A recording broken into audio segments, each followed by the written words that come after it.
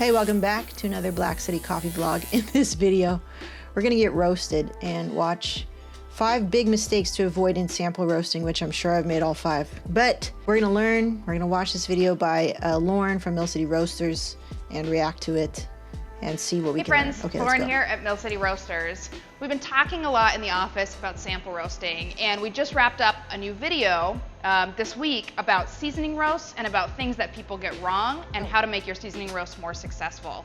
That led us to a conversation about what people get wrong during sampling roasts and how to set yourself up for success with sampling.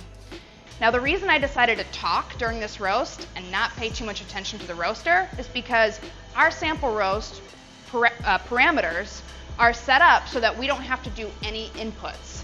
I could stand here and watch on data logging screen, track the ROR, and make note of my landmarks, but our sample roast is set up to be consistent and highly repeatable, and that is by design. We want to sample roast every coffee the exact same way without changing anything about it, so we can apply a kind of control to every coffee that comes into our facility so that we can evaluate it identically. Okay, cool. Hey, one thing I'm doing right, but not because I'm actually, roasting like manually like Lauren is doing right here. So what I do is I have like that little Akawa home roaster, and I roast every coffee exactly the same way as well. And that's because I want to see, she's probably gonna explain this, but it's like, I want to see what is the potential of the green. And I don't want to put any spin on it or flavor modulation or anything like that, just as she explained, because we want to see the quality of the green in a sample roast. So she's talking about parameters meaning like, what are your goals for this roast, for this sample roast, and what are your limitations, what you gonna do for the most part. And so she has basically a template sample roast profile for every sample, right? That way, I think how she's gonna explain it is like, and we'll see if I'm wrong or right, this is the first time I'm watching this video, is like you can eliminate a lot of variables and you can really judge the quality of the coffee or with the green for what it is. So while this is getting going, let's talk about a few things that people get wrong with their sample roast.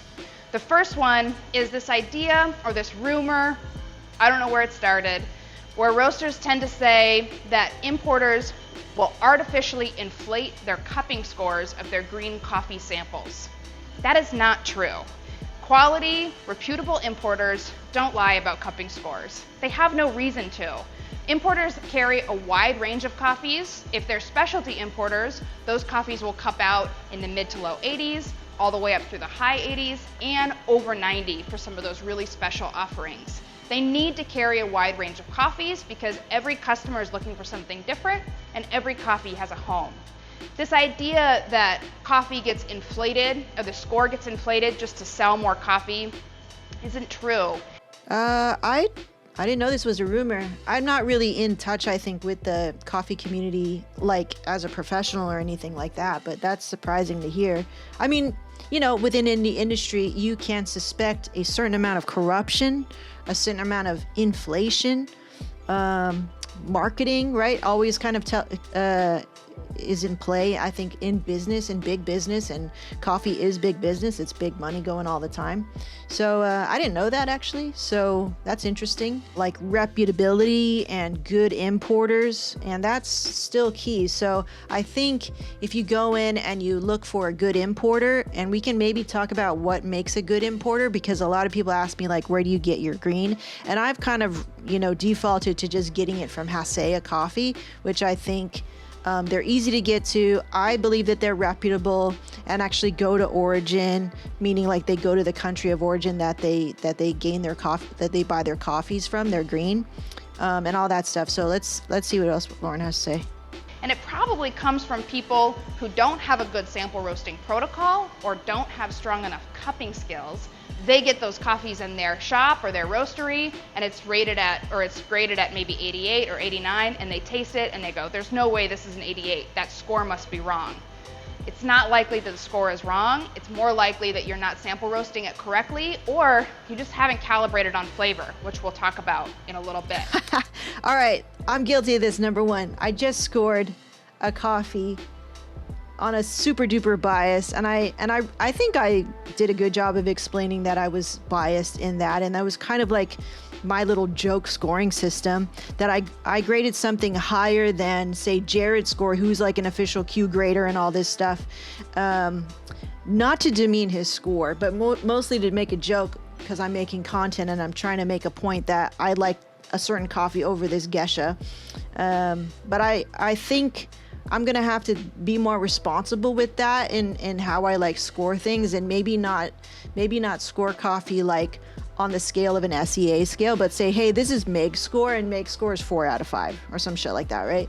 So yeah, I'll take note of that, and I'll be more responsible with my like whatever I'm saying, because people may misconstrue my score and then maybe not believe somebody who's super qualified like Lauren or Jared in their scores, and be like, well, they scored at 87. Why are you scoring at 88? Why are you scoring at 89? My bad. All right, I get it. So, issue fixed. Let's move on.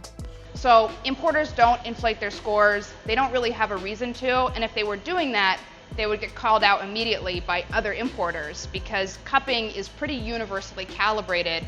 We can all score each other's coffee, and we know if something is not scored accurately. So true. It's tough,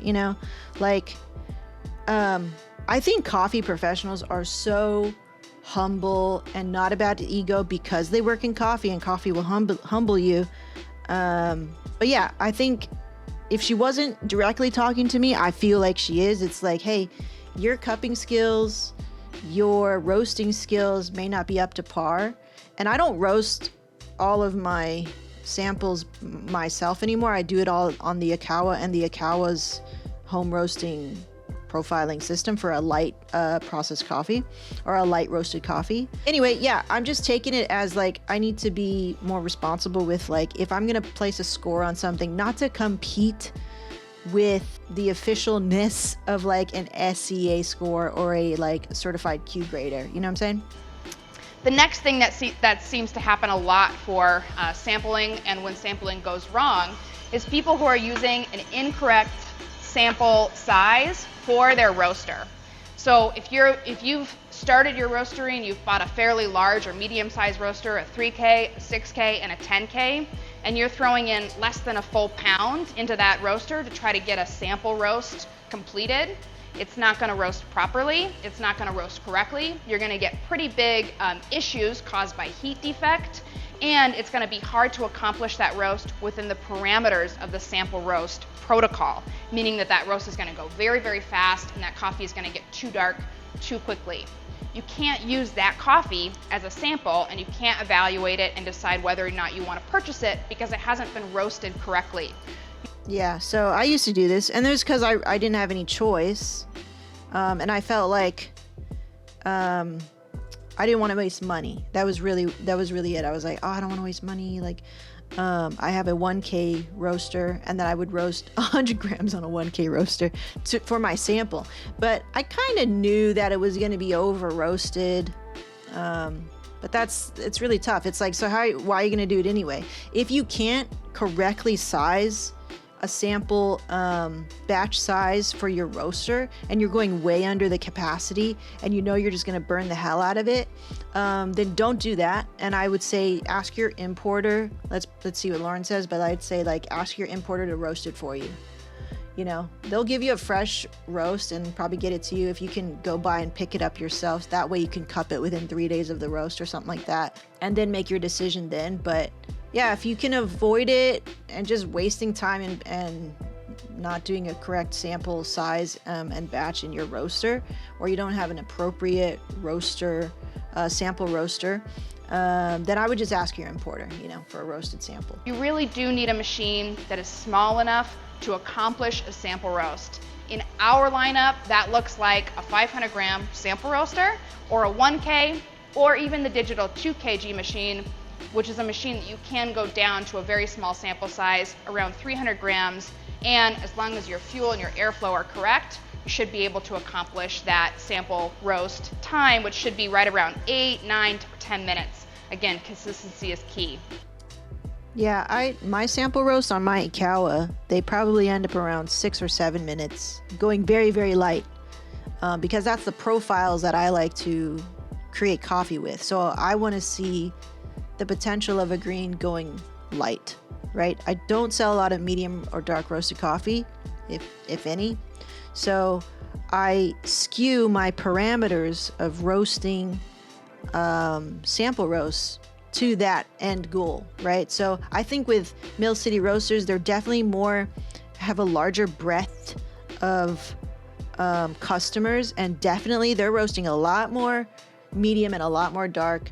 And so I think they skew their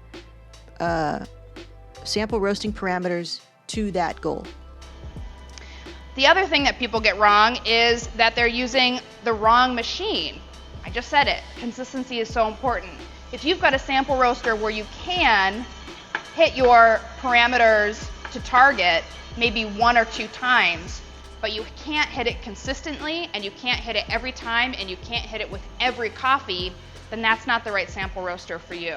The sample roaster should be able to do exactly what I'm doing. Roast coffee super consistently with no changes on the control panel to a time frame that I can anticipate to within maybe 10 or 20 seconds. There's going to be small changes to do with moisture content in the coffee, but other than that, there aren't any other variables that I need to consider, and that's why this roaster is really purpose-built for sample roasting. Yeah, and another thing, if it wasn't really clear, it's like these types of videos are made for people who have those, like, I don't know, 6K and up machines, right? You're running a business, you're roasting coffee for daily consumption. You're maybe want to make your living off of coffee. Like, I am a little hobby roaster, and so I'm just trying to learn and distill some of the lessons from big coffee business into my tiny little hobby of coffee roasting over here. So I'm just going to distill what I can as a hobby roaster. I'm not going to, I'm going to take everything with a grain of salt, basically, but still try to really understand the real theory, or the real backbone of theory behind responsible, and I guess what's another word for correct coffee roasting with my Mill City roaster, right? With my specific roaster, because that's the roaster I have. Like, if I had a different kind of brand, maybe there would be different protocols for me to adapt and stuff like that. But like, since I have the roaster that I have, I like to adopt the sort of theories, foundational philosophies of the makers of the machine. Number 4, I talked about it a little bit just a minute ago. Your cupping skills need to be well honed and well practiced in order to be an effective sample roaster. If you can't taste the difference between different offerings, or if you can't taste quality versus a low quality cup of coffee, you shouldn't be sample roasting at all. You should ask someone else to help you evaluate coffee that you're trying to purchase, or probably more importantly, you should work on your cupping skills before you get very deep into purchasing and evaluating green coffee. Improving your cupping skills can look a lot of different ways. It can be cupping regularly as part of a team, cupping with a group of other roasters. It helps to cup with other people who are very good cuppers, because calibrating to their language is important. So intimidating, by the way. But if you want to get better, yes, do that. There are tasting exercises that you can do. You can set up sensory exercises for yourself using smell kits or like little flavor solutions. Smell kits, flavor solutions, so expensive. What's up with that? I wish they weren't that expensive, but they are. I guess it just takes a while it takes a lot of effort to put these kits together. But in reality, it just has to do with tasting a lot of coffee and taking very good notes. We cup a lot in our roasting classes because we really want to drive home that skill set is super important. Just listening for first crack. I think I'm close. There it is. All of us are good tasters, and I mean that. Everyone is a good taster.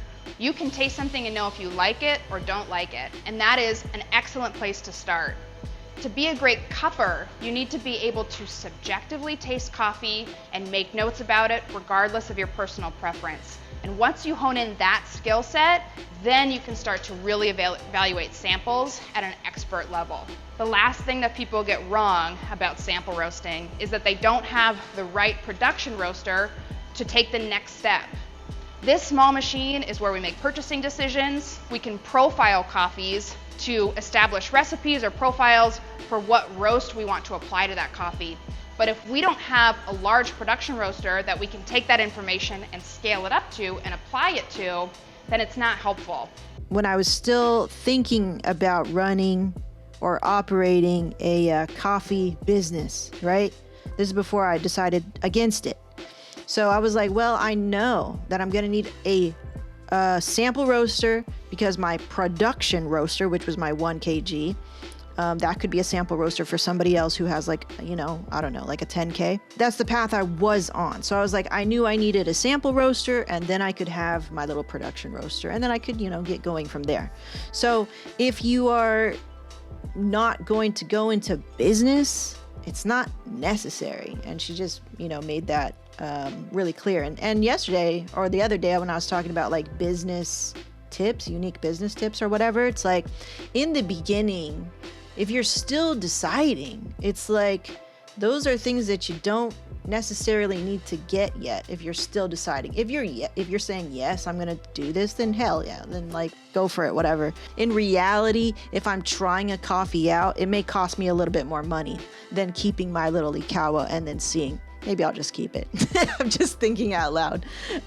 It does help me save money in that I don't have to run a lot of full batches in my 1 kg machine in order for me to make a decision. I just want to see if the green's good or not, and that if I have the capability of roasting it, and dealing with it in the production roaster. The reason why I have an Ikawa and that I think I'm leaning more towards keeping it is like I can test many coffees without even really doing anything. You just plug it in. It's so easy. It's not the best. It's not the most consistent. It's not the pro version, but it does save me time and money. And I think I had this conversation with myself already before, but like, I'll just keep it. It just saves me time and money if I want to decide. And it makes it fun for me instead of me going like, ooh, I want a new coffee. But what should I get? Let me get some samples in. Okay, I have to, crank up the production roaster to just try. And then here now I have all this coffee. Maybe I don't like it. Maybe it's dope, but maybe I don't like a lot of them. And now I'm sitting on all this coffee, right? So like, and that costs money. It's not really cheap when you're buying in like small quantities. So yeah, having a sample roaster if you're down to spend the money and save yourself some time, like going to the production roaster, time and money, then yeah, sample roaster I think gets another point. Okay, let's finish. You're either stuck doing all of your production roasting here, or you go over to your production roaster and you throw all of this valuable information out of the window because your production roaster can only roast coffee one way. So a high quality system to sample roast on and a high quality system to do production roasts on is very required. When we're talking about specialty coffee, we're talking about dense, high-grown, high-elevation coffees that have great acidity and great sweetness. You need a machine that can unlock those flavors, penetrate the seed with heat, and develop good profiles. So a high-quality production roaster is necessary. Coming up on the end of my roast here, we are about a minute 15 from the start of first crack. So about 15 seconds, I'm going to get this roast out of the drum and into the cooling tray. Now this coffee is ready to rest for 12 to 24 hours. Here at Mill City, we utilize a 24-hour rest period for all samples. Right now, it's about 10 a.m., so that means we can roast this we can cup this coffee tomorrow morning at 10 a.m. and we can get a very, very good full evaluation over whether or not this is a coffee that we'd like to purchase. The big takeaways here are that we roasted it very, very consistently. It's roasted identically to how all of our other sample roasts are roasted.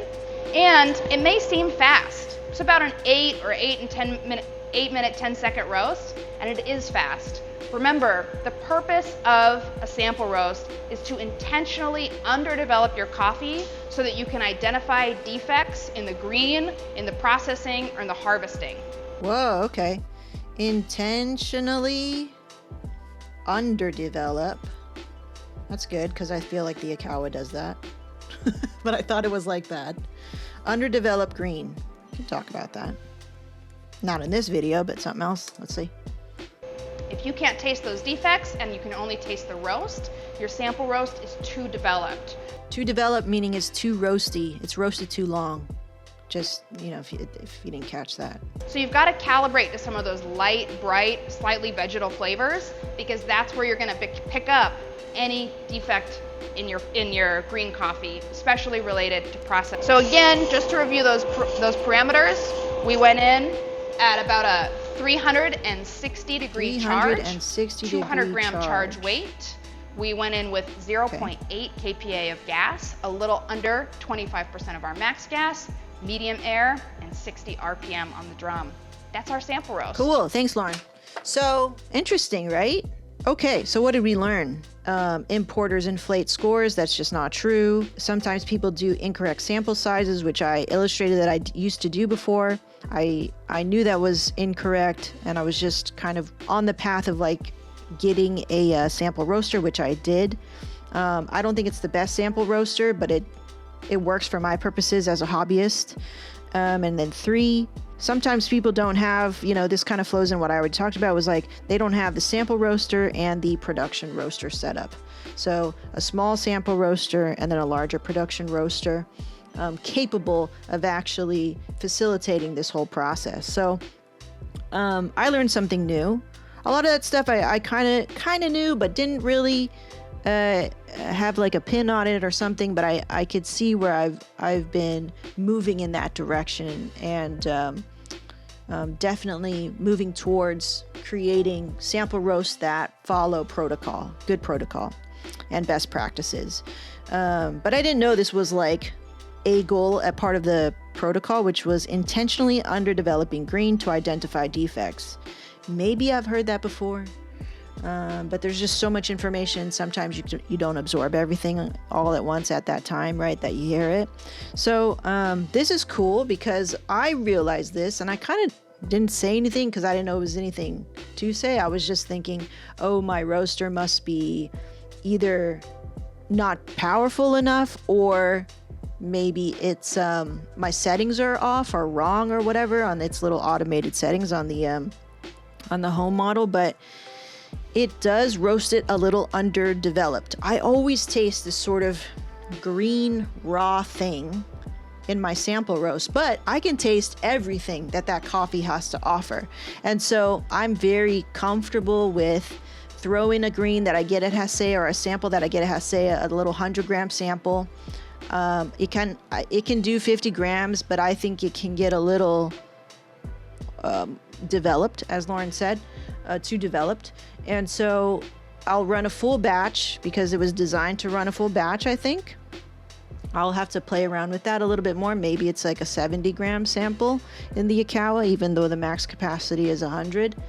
And I can tell the difference between two varietals of coffee, but same process. I can tell between all kinds of coffee. So I think, my sample roaster is doing a great job. It does it at what Lauren said was a consistent protocol and parameter for roasting all samples the same way, which I do. Yeah, so cool. Anyway, I hope you picked up something as well. If you've already seen this video, maybe this video also added to that and gave you a little bit of take of what I've been doing in terms of sample roasting. And yeah, I hope it helps. Okay, see you in the next one. Bye.